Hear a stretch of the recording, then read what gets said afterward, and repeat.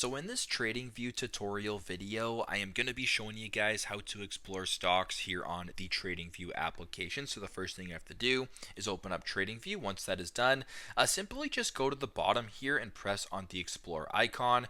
Right in the middle, located between charts and ideas, press on Explore.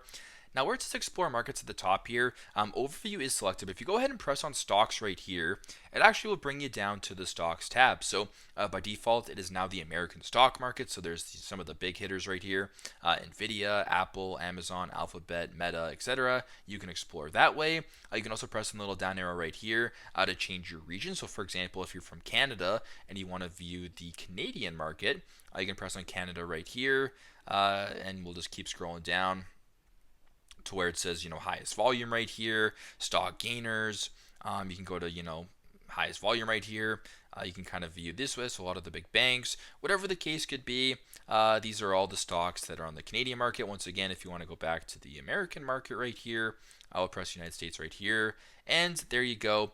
We are back on the American stocks when it comes to exploring stocks. So super simple, super straightforward, but this is how to explore stocks here on TradingView. Thanks again for watching, and I hope this video helps.